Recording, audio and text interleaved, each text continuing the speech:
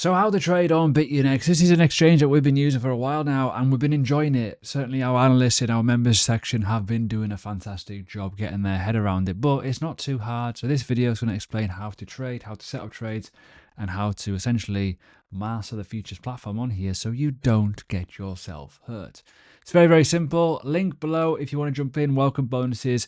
We're going to be doing trading competitions if you want to get involved as well. You will enjoy that. So we're going to look at the obvious in the room. There's two different elements to any sort of exchange. There's spot, which is quite obvious.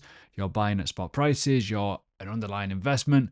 But these are a bit different on this exchange. Essentially, you're just looking at conversion and obviously the marketplace and the market opportunity, which if you go to spot orders, it's the same situation. As in, you find your asset, you go and buy it. It's quite simple. But we're looking more at the obvious in the room here is how to trade cryptocurrencies using the platform. So futures, it is. Now, all we're going to do a simple trade. We're going to look at the market. We're going to look at all the little features and have a bit of fun with it and have a little look to see what we can do. And obviously you can see some random little trades and tests I've been doing anyways beforehand. So the fundamentals of any exchange is liquidations. You've got leverage, isolation, cross, stop losses, limit orders, market orders, right? We're all going to cover them, basically, right? So what we need to do and figure out in a simple term is what the hell do we do? Firstly, when you're on this situation, you might be like overawed. You do not have to use TradingView. You can use this. But ultimately, as you know, in our Traders Lounge on our website, we have an indicator that will help you. It is based off the RSI. As I say though, you can edit this entire screen if you want to and make it better. You don't have to have all the widgets. If you don't like the order books, you can just put it in the bin. You can change the layouts. You can mess around with it. You can make it much neater, much tidier. It's entirely up to you. So I think this looks pretty neat and tidy. You can add more indicators. Obviously, all the indicators here are part of the world of TradingView. So if you want to say put on an EMA, exponential moving average, it works in the exact same way. You won't even notice the difference, let's be honest. You know, if you want to make it neater and tidier, you can if you want to. It's up to you. But there we go. We've got an EMA 21 now.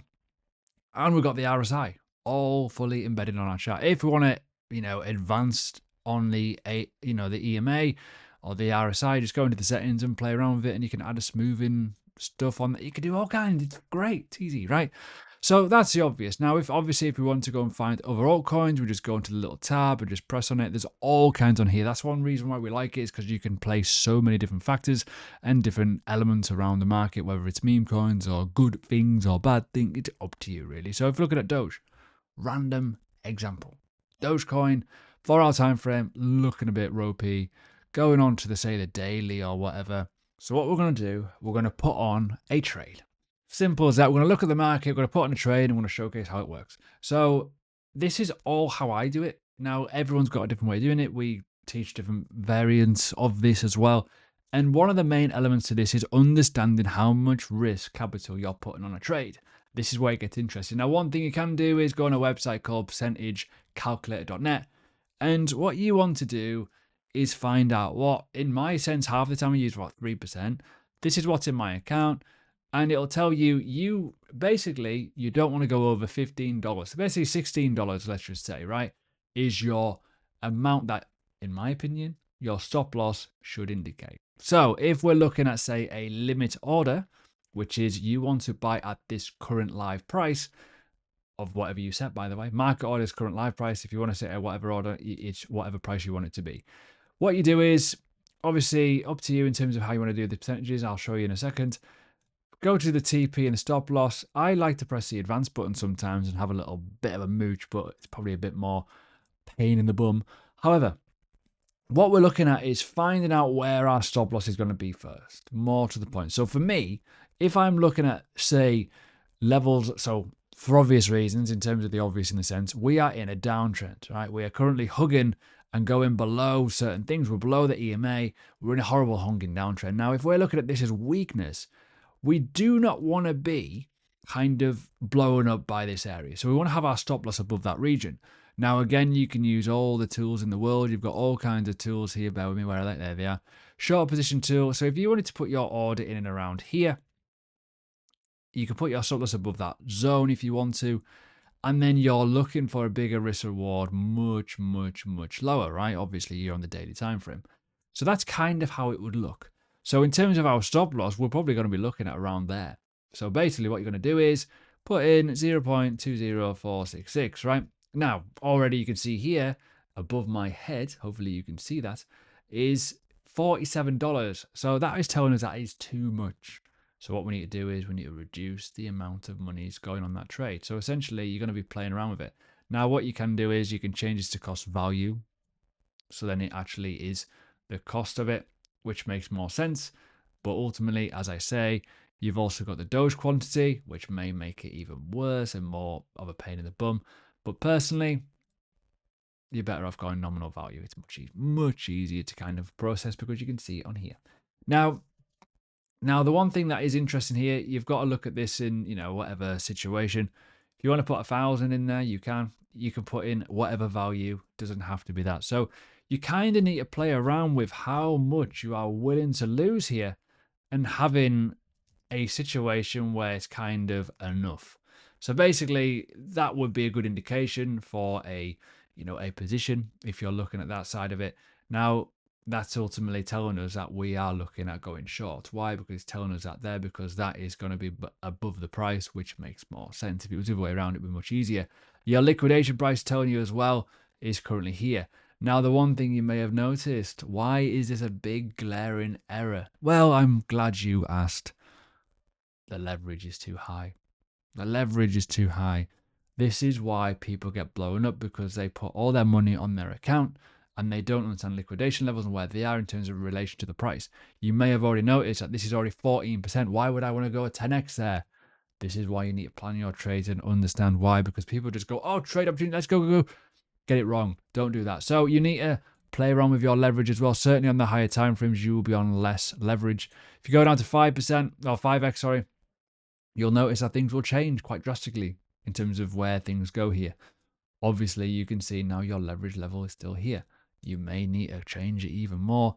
Or what you will do is probably go, you know what, this stop loss is a bit too high, and just change the stop loss down and tighten it up a little bit, and then it becomes a little bit better. You are still below your liquidation level, so you might be all right there, and that would increase the risk to reward, but ultimately there's more chance of that trade losing in a way if you are going to get a spike to the upside. It's up to you. Now, as you can see here, still 14, whatever.